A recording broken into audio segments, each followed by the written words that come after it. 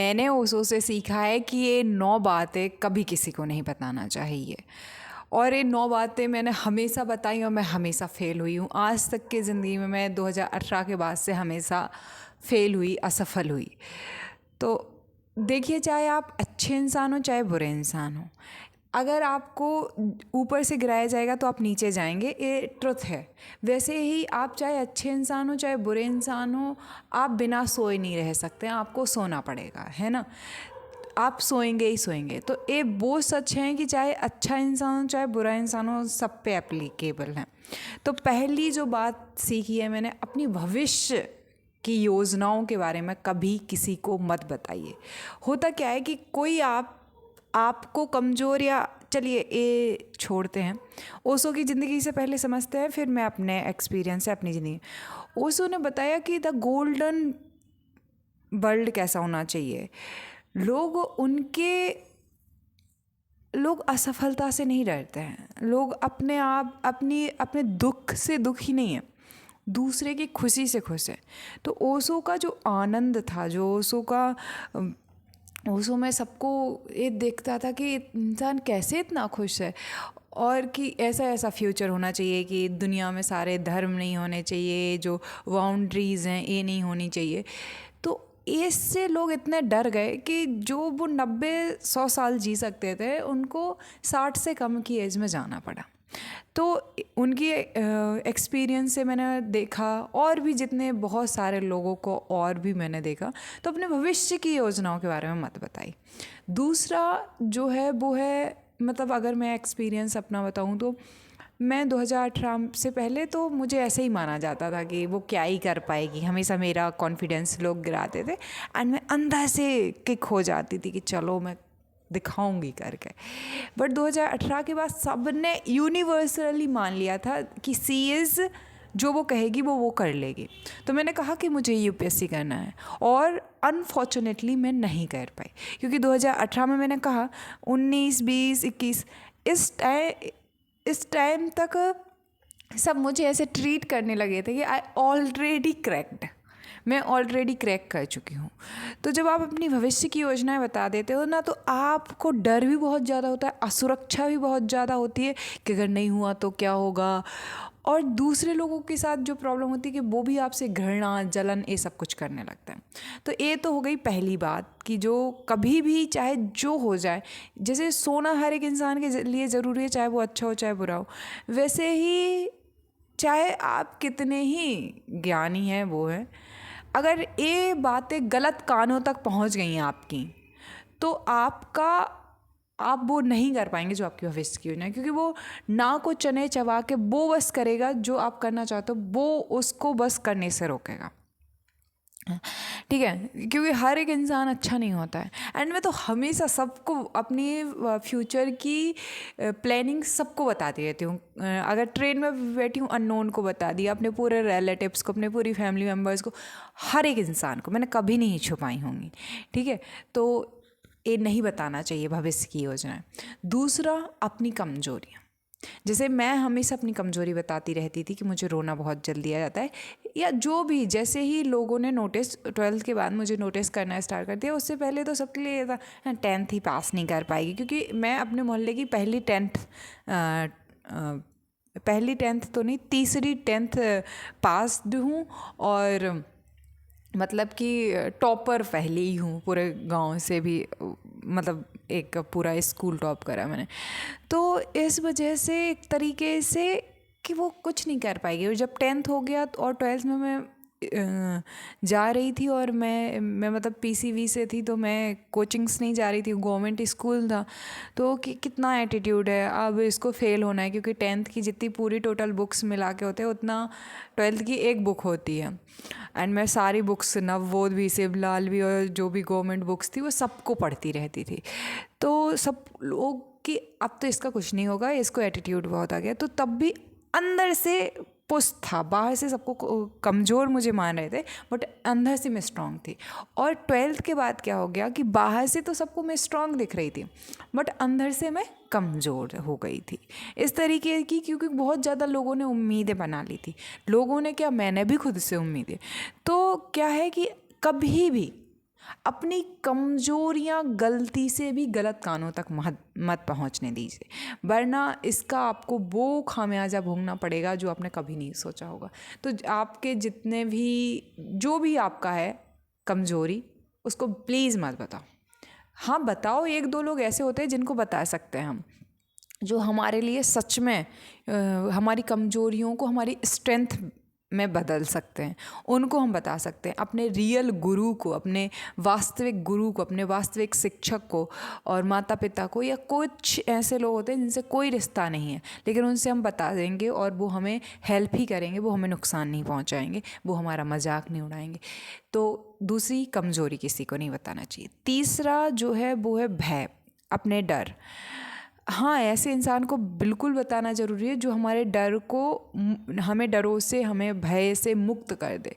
लेकिन ऐसे पब्लिकली सबको अगर आपका डर है ना पता, लोग, जो मैंने दूसरा और तीसरी बातें बताई हैं इससे कनेक्ट होती हैं, लोग आपकी कमज़ोरी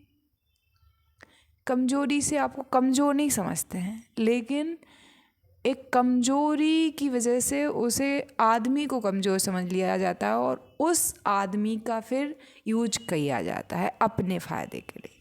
तो आप यूज ना हो जाएं दूसरे के लिए, इस वजह से ज़रूरी है कि आप अपनी कमज़ोरियाँ हर एक कान तक ना पहुंचा दें। उन कानों तक बस पहुंचाएं जो आपकी कमज़ोरी को, आपके डर को, आपको उससे मुक्त कर सके। तो अपने डर जो हैं वो नहीं बताने चाहिए। जैसे मैं डरती थी, अब तो मैं किसी चीज़ से नहीं डरती हूँ, ना के बराबर डर है, लेकिन किसी को क्यों बताने हैं कुछ भी चीज़ें। ठीक है। फोर्थ जो चीज़ मैंने देखी और समझी, अपना वास्तविक जो आपके पास रियल में मनी है, नेटवर्थ है, वो किसी के साथ शेयर मत कीजिए। इससे देखिए, आपने किसी को बताया और अगर वो ज़्यादा हुआ तो लोग फालतू की आपसे जलन रखेंगे, घृणा करेंगे, प्रतिस्पर्धा करने लग जाएंगे, अपने ही आगे कंपैरिजन करने लग जाएंगे। और अगर आपके पास कम हुआ तो वो आपको नेगलेक्ट करेंगे। लेकिन ये ज़्यादा सही है, तो जितना धन है ना, क्योंकि पता तो हो ही जाता है सामने वाले को, तो उससे थोड़ा सा कम बताएं, थोड़ा सा, या बिल्कुल क्यों, एक तो बताने की ज़रूरत नहीं है, बताना ही पड़े तो ऐसा बताओ कि ताकि फालतू के जितनी भी चीज़ें हैं ना आए। तो ये जो चौथी चीज़ है, ये आपको मेंटली फ्री रखेगी, इमोशनली कनेक्टेड रखेगी, क्योंकि लोगों को लगेगा कि आप उनके जितने हैं। एक टाइम के बाद आपको इन सब से फ़र्क पड़ना कम हो जाता है। लेकिन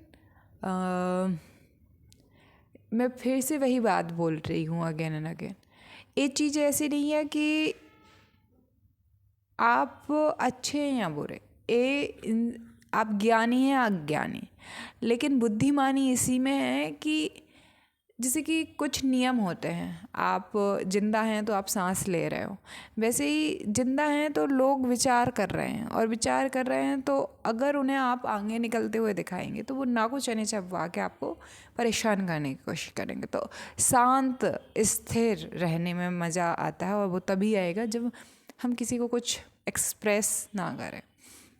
मेरे जैसा इंसान ऐसा कह रहा है राइट, जो कि सब कुछ पब्लिकली बताता रहता है। मैंने क्या कहा था, मैं आज तक असफल हुई, उसका कारण ही ये है कि मुझे लगता है जो भी मुझे पता है वो सबको पता होना चाहिए, जो भी मुझे आता है वो सबको आना चाहिए, जो भी मैंने जाना है वो सबको जानना चाहिए, जो भी मैंने पैसे कमाए हैं वो सबको कमा लेने चाहिए।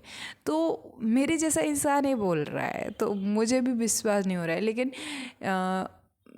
जो अशांति है, केवल असफलता का ही कारण नहीं है, ये मेरी अशांति का कारण भी था कि मैं हर चीज़ सबको बता रही थी।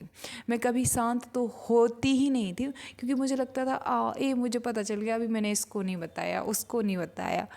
तो ये कोई सत्यवादी बनना नहीं है, ये असुरक्षा है एक तरीके। इंसान अंदर से असुरक्षित महसूस कर रहा है, इसलिए वो बता रहा है, ना कि आप सत्य। तो आप इसमें सत्य छुपा नहीं रहे हो, लेकिन आप संयमित हो रहे हो, आप संयम बना रहे हो सत्य के साथ में। क्योंकि आप किसी पे भी उड़ेल दोगे ना तो वो खतरनाक होगा, उसके लिए भी और आपके लिए भी।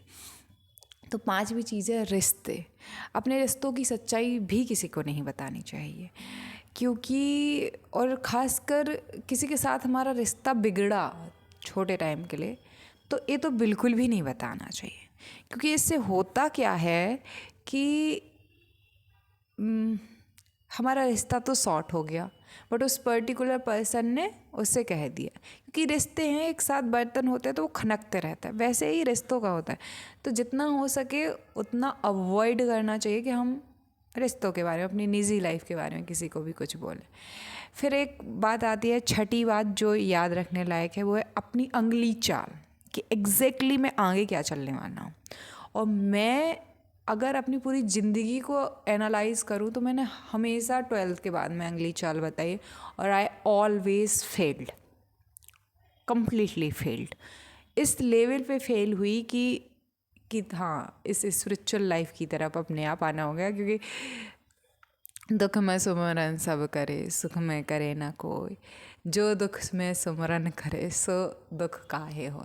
तो मैं पहले ऐसे सोचने लगती थी कि कबीर जी क्या कहने की कोशिश करे, क्या दुख, क्या जो सुमरन करता है उसका, तो क्या उसके माता पिता नहीं जाते, उसको दुख नहीं होता। फिर समझ में आया कि अच्छा, दुख और सुख अष्टावक्र के लेवल पे, कि ना तुम करता हो ना भोगता हो, ना तुम में और सामने वाले में अंतर है, तो फिर दुख भी गिर जाते हैं, सुख भी गिर जाते हैं, उन दोनों का जो अद्वैत, जो द्वंद्व था वो ख़त्म हो जाता है, वो अद्वैत स्थापित हो जाता है। तो ये बात आपको समझ में आ जाती है एक टाइम के बाद। तो छठी बात, अपनी अंगुली चाल कभी किसी को मत बताइए। सातवीं सबसे ज़रूरी बात है, जो आपके अंदर परिवर्तन हो रहा है। मेरे अंदर बहुत परिवर्तन हुए और मैंने गलती की कि वो परिवर्तन बताने की कोशिश कर दी, और इसकी वजह से आप देखिए क्या होता है, इंसान, फिर से वही बात कि आपकी असफलता से उसको प्रॉब्लम नहीं है, उसे अपनी असफलता से भी प्रॉब्लम नहीं, उसे है परिवर्तन से। कितने लोग हैं जो सक्सेसफुल हैं बट स्ट्रगल कर रहे हैं, सफ़र कर रहे हैं सक्सेस के साथ में, तो लोगों को उनको देख के बड़ा मज़ा आता है कि हाँ सक्सेस है, लेकिन काहे का सक्सेस। तो वैसे ही लेकिन लोग परिवर्तन से डर जाते हैं, क्योंकि वो खुद परिवर्तन नहीं चाहते हैं अपनी ज़िंदगी में, उनकी ज़िंदगी में परिवर्तन हो नहीं रहा है उस तरीके का। तो जैसे ही आप अपने परिवर्तन दुनिया के सामने या किसी के को बता देते हैं, तो प्रॉब्लम स्टार्ट हो जाती है। हाँ, तो परिवर्तन बताइए, 2-4 लोगों को बताना ज़रूरी भी हो जाता है, पर ऐसे सबको मत बताते फिरिए, जो उसके लायक है, जो वास्तव में आपको समझते हैं, सिर्फ उन तक। और 2 और चीज़ें हैं जो हमें साथ में डिस्कस करनी चाहिए, 8वीं और 9वीं। ये है कि प्रतिक्रिया मत दीजिए। जब मैंने वीडियो बनाई मैं कौन हूँ, उस पे अभी लगभग 150-200 कमेंट्स होंगे। अगर मैंने, अच्छा हुआ वो कमेंट्स पढ़े भी नहीं, मैंने देखे भी नहीं इवन वो कमेंट्स, बट जब मैंने कल देखे, जबकि 1 हफ्ता क्या राउंड हो गया है वो वीडियो डाले हुए, मतलब मेरा कि काश कि मुझे वीडियोस डालनी नहीं चाहिए थी, एक क्षण के लिए आया। क्योंकि आपको कितना ही कुछ पता हो जाए, आपकी तरंगें और मेरी तरंगें ख़त्म नहीं हुई। आई एम अ सर्वसाधारण, मैं कुछ नहीं जानती हूँ, आई एक्सेप्ट पब्लिकली, मुझे कोई आत्मज्ञान नहीं हुआ है, मुझे कोई आत्मबोध नहीं है, आई एम नन, मैं कुछ भी नहीं जानती हूँ, मैं पागल हूँ, मैं अज्ञानी हूँ, आप ऐसा मान सकते हैं। हाँ, बस इतना मान लीजिए कि मुझे पढ़ने का शौक़ है, तो मैं पढ़ रही हूँ अष्टावक्र गीता पढ़ के, बस मुझे इतनी सी समझ डेवलप हो गई है कि ये शरीर मेरा नहीं है, ये मन मेरा नहीं है, और मैं कर रही हूँ, जैसे ये बोल रही हूँ तो इधर वीडियो में भी बोला जा रहा ना, ऐसे 10 कैमरे रख दूँ तो वहाँ पे भी बोला जाएगा, लेकिन वैसे ही मैं एक ही हूँ, लेकिन 50 कैमरे में अलग अलग मैं दिख रही हूँ, तो मैं एक ही हूँ। वैसे ही मुझे समझ में आ गया कि परमात्मा एक ही है, वो तुम में, मुझ में, पेड़ों में, पक्षियों में अलग अलग प्रतिबिंबित हो रहा है, और जो मैं कर रही हूँ वो मैं नहीं कर रही हूँ, वो मेरा कर्ता का और भोक्ता का भाव है, वो गिर गया है। इसके अलावा मुझे कुछ नहीं है पता, बस इतनी सी बात है। और इतने ही सीधे शब्दों में अष्टावक्र की पूरा, चाहे पहले 5 श्लोक पढ़ लो, चाहे पूरे 250-300 श्लोक हैं टोटल, पूरे 20 अध्याय में डिवाइडेड है, वो पूरे पढ़ लो, एक ही बात बार बार अलग अलग तरीके से उन्होंने समझाई है। अष्टावक्र ने जनक जी से फिर पूछा है। और 9वीं बात मैं कहती हूँ मौन। मैं हो नहीं पा रही हूँ मुंह से मौन, लेकिन मैं अब बहुत मौन हूँ। और तो मतलब जब ज़रूरी है उतना बोलिए, जिससे थोड़ा सा मतलब है उससे थोड़ा सा बोलिए, जो जितना आपको समझ सकता है। जिससे कोई मतलब नहीं है बिल्कुल मत बोलिए। तो मौन सबसे बेहतर है। तो ये 9 बातें बहुत ज़रूरी रही मेरे लिए, आपके लिए भी